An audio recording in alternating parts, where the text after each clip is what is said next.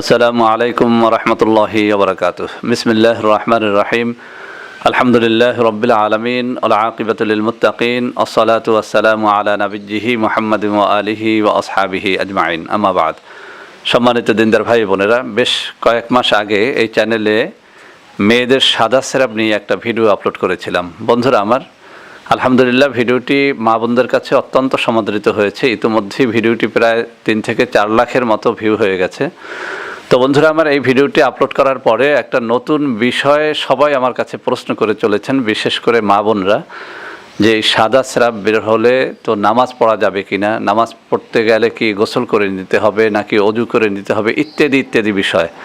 তো বন্ধুরা আমার, সাদা স্রাবের এই মাসলাটি অত্যন্ত জরুরি, যেহেতু মা বোনরা একটা কনফিউশনের মধ্যে পড়ে যান যে আসলেই সাদা স্রাব নামাজের মধ্যেও অনেকের শুরু হয়ে যায়। নামাজ 1 রাকাত হয়েছে তখন শুরু হয়ে যেতে পারে, আবার অজু করেছে তারপরে সাদা স্রাব শুরু হয়ে যেতে পারে, বা গোসল করেছে তারপরে সাদা স্রাব শুরু হয়ে যেতে পারে। এটি একটি এখনকার মা বোনদের একটা কমন সমস্যা।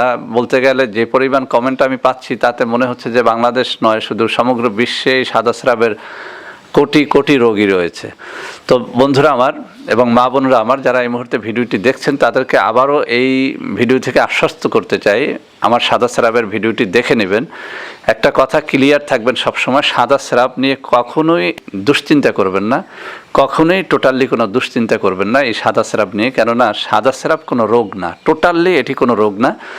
যেমন পুরুষ বয়স্ক হলে, অর্থাৎ বয়সপ্রাপ্ত হলে, তার যে কোনো সামান্য উত্তেজনায়, সামান্য খারাপ চিন্তায়, কোনো পর্নোগ্রাফি দেখার পরে, বা যে কোনো মেয়ের সাথে কথা বললে একটা ছেলের যেভাবে সাদা পানি বের হয়, লিকুইড সাদা ডিমের লালার মতো পানিটা বের হয়, তদ্রূপ মেয়েরা যখন বয়সপ্রাপ্ত হয়, মেয়েদের মাসিকের পরে কিছুদিন সাদা স্রাবটা বের হয়। এটি কোনো রোগ না, টোটালি কোনো রোগ না। যদিও আমাদের দেশের কিছু প্রতারক চিকিৎসক এইসব ভুলভাল বুঝিয়ে মা বোনদের কাছ থেকে টাকা খাওয়ার জন্য বিভিন্ন রকমের ভুয়া ঔষধ আবিষ্কার করে মা বোনদের খাওয়াচ্ছেন। আসলে আপনি ভালো ডাক্তারের কাছে যদি যান, তারা কিন্তু একটা কথা বলে দিবে যে মাগো শোনো, সাদা স্রাব কোনো রোগ না। হ্যাঁ, সাদা স্রাব কয়েকটা কারণে হয়, এই কারণগুলো আমরা একটু সংক্ষেপে জেনে নিই। যেমন যদি কোনো মা বোনের স্বামী দীর্ঘদিন কাছে না থাকে, তো তার দেহের ভিতরে হরমোনজনিত কিছু পরিবর্তনের কারণে সাদা স্রাবটা হয়। সাদা স্রাব কোনো দুশ্চিন্তা বেশি করলে হতে পারে, খারাপ চিন্তা করলে হতে পারে, মাস্টারবেশন করলে হতে পারে, ইত্যাদি ইত্যাদি কারণে সাদা স্রাব হয়। মা বোনরা সবসময় একটা কথা চিন্তা করবেন, লক্ষ্য রাখবেন যে সাদা স্রাব যদি সাদা হয় এটি আপনার কোনো রোগ না, সাদা স্রাব যদি স্বাভাবিক থাকে এটিও কোনো রোগ না। হ্যাঁ, যদি সাদা স্রাব এরকম হয় যে একদম প্রচুর পানি পড়ছে, প্রচুর প্রচুর পড়ছে এবং দীর্ঘদিন পর্যন্ত পড়তেছে, তখন এটি রোগের পর্যায়ে পড়ে। আরও একটা জিনিস সাদা স্রাবের ক্ষেত্রে মনে রাখতে হবে, সেটি হচ্ছে সাদা স্রাবের গন্ধ যদি আষ্টে গন্ধ হয়, মাছ ধোয়া পানির মতো হয়, অথবা যদি এর কালারটা চেঞ্জ হয়ে লাল কালার হয়ে যায় অথবা হলুদ কালার হয়ে যায়, তখন আপনি ডাক্তারের পরামর্শ নিতে পারেন সাদা স্রাবের জন্য। এছাড়া কিন্তু সাদা স্রাব টোটালি কোনো রোগ না।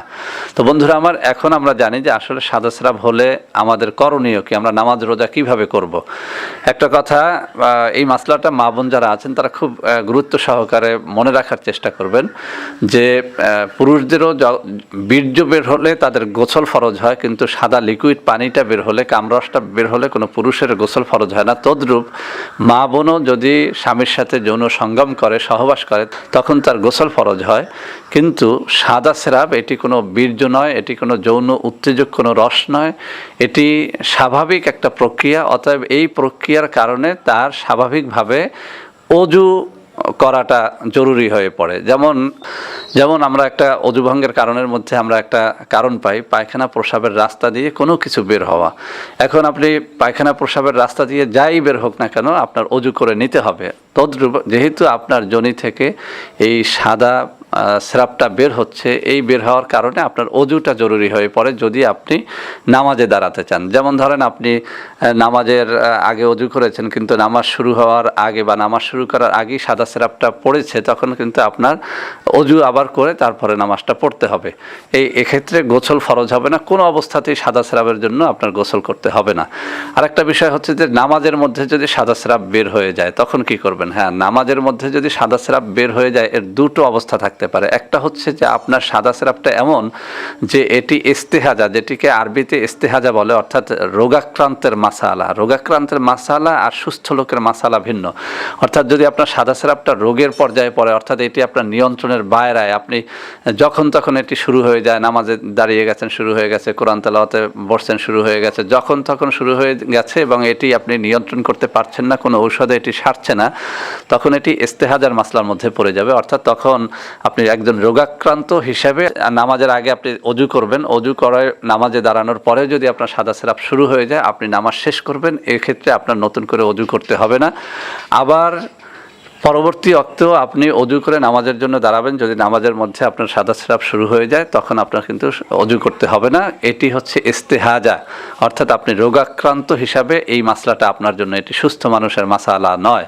সুস্থ মানুষের জন্য সাদা সিরাপ যদি নামাজের মধ্যে শুরু হয়, আপনার নামাজ ছেড়ে দিতে হবে, এরপরে অজু করে নামাজ পড়তে হবে। অর্থাৎ যে কোনো ওয়াক্তে নামাজের আগে পরে যাই হোক না কেন, সাদা সিরাপ হলে আপনার নামাজ পড়তে হলে, কোরআন শরীফ পড়তে হলে আপনার অজু করে পড়তে হবে। তাহলে আমরা ক্লিয়ার হয়ে গেলাম, যদি আপনি রোগাক্রান্ত হন তাহলে নামাজের মধ্যেও যদি সাদা সিরাপ শুরু হয়ে যায়, আপনি নামাজ শেষ করে পরবর্তী ওয়াক্তের জন্য আবার নতুন করে অজু করতে হবে, কিন্তু নামাজ ছেড়ে দিতে হবে না। আর যদি আপনি সুস্থ হন, স্বাভাবিক সাদা সিরাপ হয় আপনার, আপনি কোনো রোগী না, সেক্ষেত্রে যদি নামাজের মধ্যে সাদা সিরাপ হয়, আপনার নামাজ ছেড়ে দিতে হবে এবং নতুন করে অজু করে আপনার নামাজটা পড়তে হবে। তো আমার মা বোনদেরকে আমি আবারও বলছি, সাদা সিরাপ নিয়ে টোটালি কোনো দুশ্চিন্তা করবেন না, কোনো ধরনের ঔষধ খাবেন না যতক্ষণ পর্যন্ত না সাদা সিরাপটা লাল কালার হবে, হলুদ কালার হবে, আষ্টে কোনো গন্ধ বের না হবে, এবং যতদিন পর্যন্ত না এটি এমন পর্যায়ে যায় যেটি একদম লাগাতার চলতেছে এবং অনেক বেশি পরিমাণে হয়, ততদিন পর্যন্ত এটির জন্য কোনো ঔষধ খাওয়ার প্রয়োজন নেই। তবে যদি খুব বেশি হয় এবং লাগাতার হয়, হলুদ বা লাল কালার হয়ে যায়, আষ্টে গন্ধ শুরু হয়ে যায় বা কোনো ইনফেকশন শুরু হয়ে যায়, তখন আপনি ঔষধের কাছে যেতে পারেন। কেননা এটি বিশ্বাস রাখতে হবে সাদা সিরাপ মহিলাদের কোনো রোগ না, এটি তার যৌবন সময়ের একটি স্বাভাবিক প্রক্রিয়া। তো বন্ধুরা আমার, ভিডিওটি ভালো লাগলে লাইক করবেন, কমেন্ট করবেন, শেয়ার করবেন, আমাদের এই চ্যানেলটিকে ভালোবেসে সাবস্ক্রাইব করবেন। আল্লাহ হাফেজ। আসসালামু আলাইকুম ওয়া রাহমাতুল্লাহি ওয়া বারাকাতুহু।